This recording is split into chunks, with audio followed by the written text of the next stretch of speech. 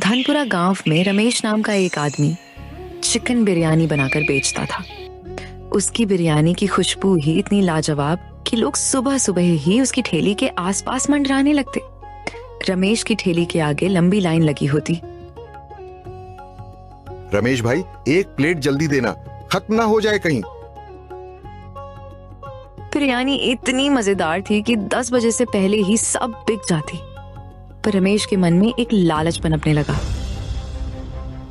अगर 50 प्लेट की जगह 200 प्लेट बनाऊं तो और ज्यादा पैसा आएगा। जितना बेच रहे हो उसी में खुश रहो, लालच अच्छा नहीं होता। कौवा भी तो काला होता है, चिकन जैसा ही तो दिखेगा, कोई पहचान नहीं पाएगा।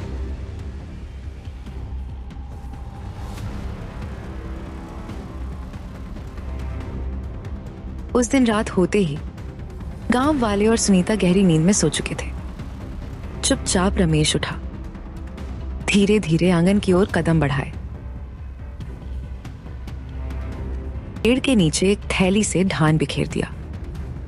फिर उसने अपने पुराने बक्से से एक बड़ा सा जाल निकाला, उसे फैलाकर पेड़ के नीचे सावधानी से बिछा दिया और अपने चेहरे पर एक खतरनाक मुस्कान लिए वापस जाकर सो गया।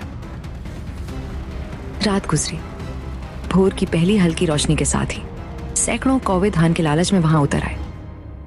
जैसे ही वे दाना चुगने लगे, उनके पैर जाल में फंस गए और अचानक पूरा झुंड कांव कांव करते हुए झटपटाने लगा। यही वह पल था जिसका रमेश को इंतजार था। आवाजें सुनकर वह तेजी से आंगन की ओर भागा। कौवों को झटपटाते देख उसकी आंखों में लालच चमक उठा। बिना किसी दया के उसने एक एक कर सारे कौवों को पकड़ा और मार डाला। कांव कांव की आवाज धीरे धीरे मंद पड़ती चली गई और कुछ ही मिनटों में आंगन में सन्नाटा फैल गया। सुबह की हल्की धूप आंगन में फैल रही थी। रमेश घबराहट और उत्साह के मिले जुले भाव के साथ कौवों से भरी बोरी को कंधे पर रखकर अपनी दुकान की ओर चल पड़ता है। दुकान में पहुंचकर वह बोरी को जमीन पर फेंकता है। उसके चेहरे पर एक खतरनाक मुस्कान फैल जाती है। अरे वाह, आज तो माल ही माल है। आज बिरयानी पहले से भी ज्यादा बनेगी और फायदे का तो पूछो ही मत। वह जल्दी जल्दी कौवों को काटता है, उनका मांस धोकर चिकन के साथ मिलाकर मसालों में डाल देता है। अब वो मिर्च मसाले डाल के बिरयानी बनाना शुरू कर देता है। लोगों के आने से पहले बिरयानी बनाने की तैयारी करता है। एक बार पक जाने के बाद किसी की अक्ल काम थोड़ी करेगी। कौवा हो या मुर्गा, लोग चटकारे लेते ही खाएंगे। हांडी में से मसालों की खुशबू उठती है, मानो सच को ढकने की कोशिश कर रही हो। धीरे धीरे बिरयानी तैयार हो जाती है। दुकान के बाहर हमेशा की तरह भीड़ लगने लगती है।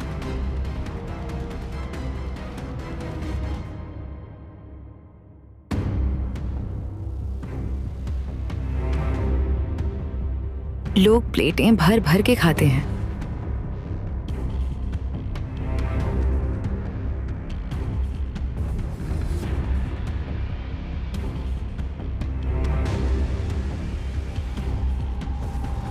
अरे वाह रमेश बेटा, क्या जबरदस्त खुशबू आ रही है तेरे बिरयानी की। नाक में घुसते ही मजा आ गया चूना लगा के। रोज तेरी काकी के हाथ का फीका खाना खा खा कर मैं तो उब ही गया था रे चूना लगा के। जरा मेरे लिए एक प्लेट तो लगा दे रे, गर्मा गर्म चूना लगा के।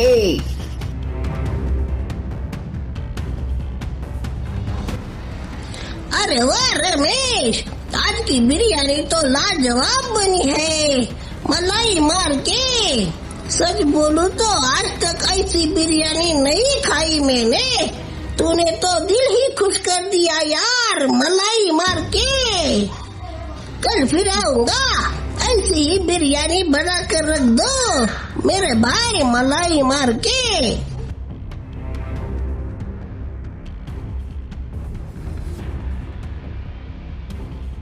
शाम ढल चुकी थी। रमेश अपनी दुकान बंद करता है। दिन भर की बिक्री उसकी उम्मीद से कहीं ज्यादा हुई थी।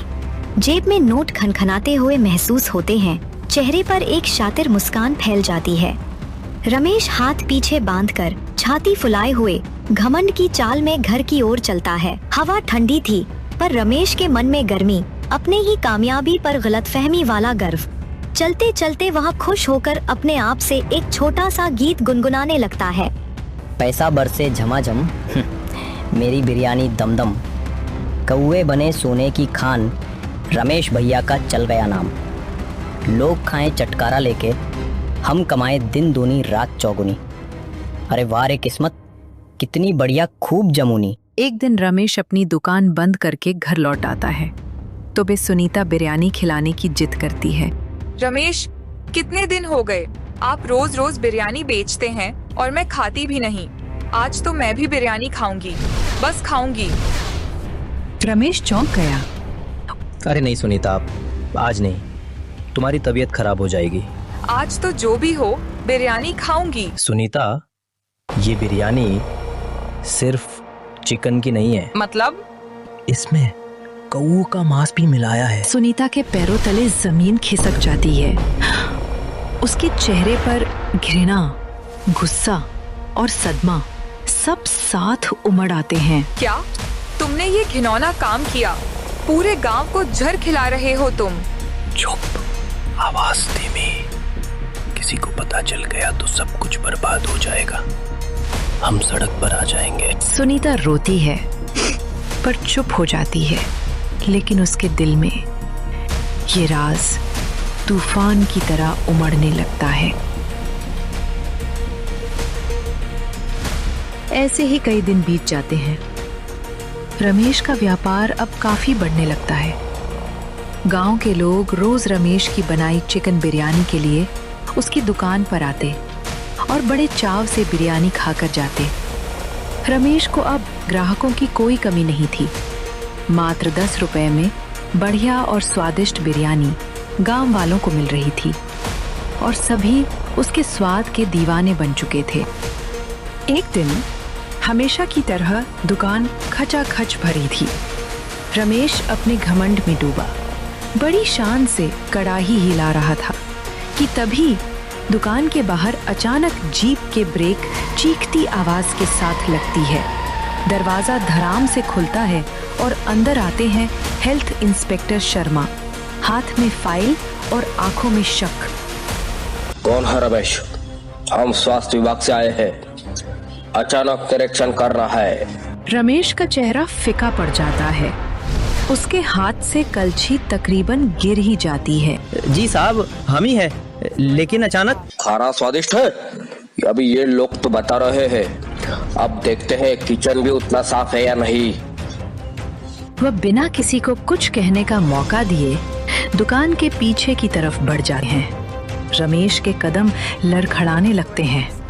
सुनीता दूर से घबराई निगाहों से सब देख रही होती है। इंस्पेक्टर पीछे के दरवाजे से भीतर जाते ही एक पल को रुक जाते हैं।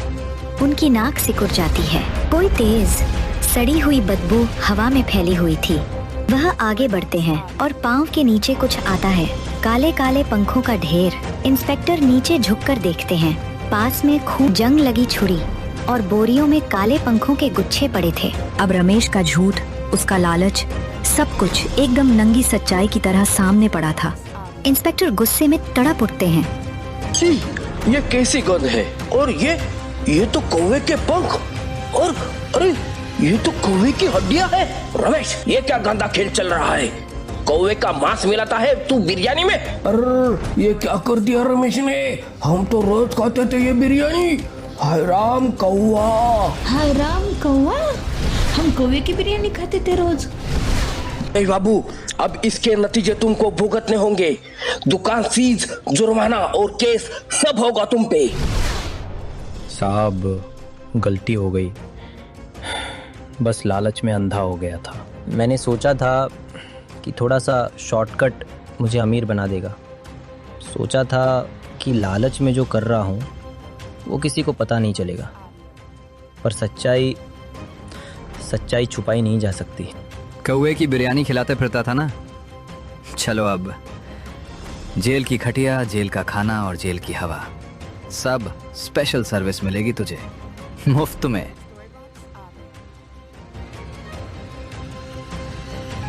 आखिरकार रमेश को उसके किए की सजा मिल ही गई। कानून ने भी उसे नहीं छोड़ा और लोगों का भरोसा भी उससे हमेशा के लिए छिन गया। एक समय जिस रमेश की बिरयानी की तारीफ हुआ करती थी, आज वही रमेश जेल की सलाखों के पीछे पछतावे की आग में जल रहा था। रमेश की कहानी हमें ये सिखा देती है कि लालच इंसान को अंधा बना देता है और झूठ धोखाधड़ी का अंत हमेशा बर्बादी में होता है। ईमानदारी भले देर से फल दे, लेकिन उसका फल हमेशा मीठा होता है।